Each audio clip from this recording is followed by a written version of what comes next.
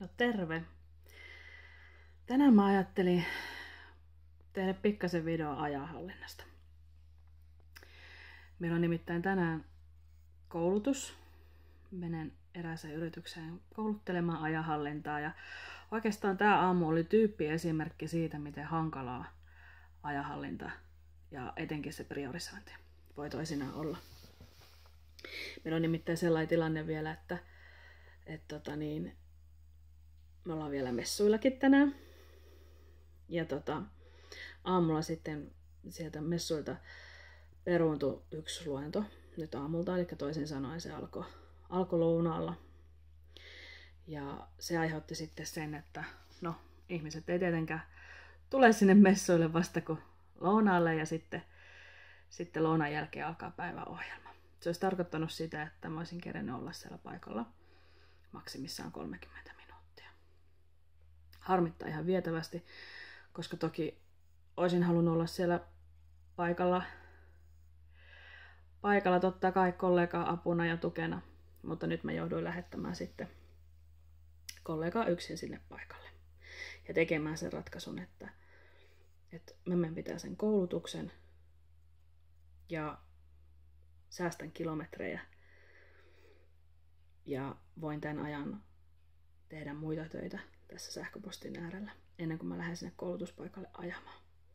Mutta tällaistahan tää on meillä koko ajan.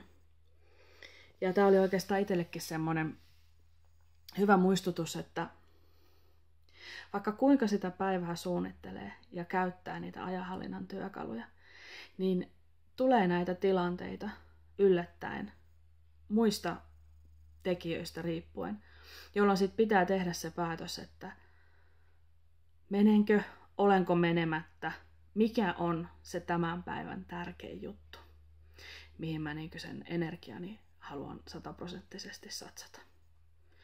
Ja tänään mä tein sen päätöksen, että mun tärkein juttu on toi iltapäivän koulutus, johon mä haluan satsata mun 110%. Ja haluan valmistautua siihen vieläkin paremmin nyt tämän ajan, mitä tässä nyt käytettävissä onkaan. Mutta tämä osoitti konkreettisesti myös sen, että ajanhallinta voi tuoda myöskin huonoa mieltä. Eli ei ollut ollenkaan kiva fiilis itselle lähettää kollega yksin paikalle.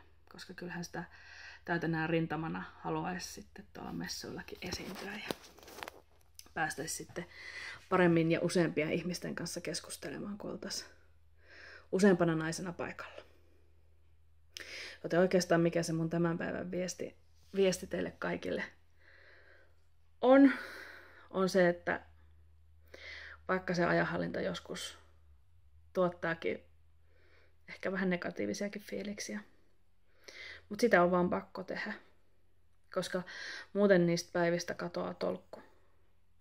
Ja sä kadotat sen sun oman suuntas, mihin sä haluat mennä, mihin sun pitää mennä, mihin sun pitää tähdätä ja fokusoida se sun oma energiasi.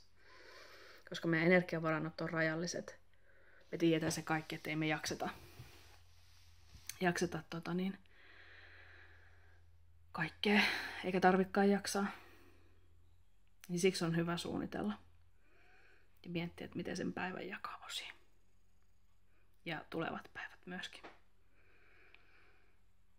Joten älkää unohtako ajanhallintaa, vaikka se joskus haastavaa onkin. Ja vaikka välillä vaikeaa onkin pistää järjestykseen, että mitkä asiat on tärkeitä ja mitkä vähemmän tärkeitä.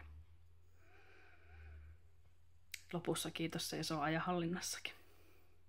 Mutta ei muuta kuin mukavaa päivän jatkoa teille kaikille ja energiaa auringosta. Moikka!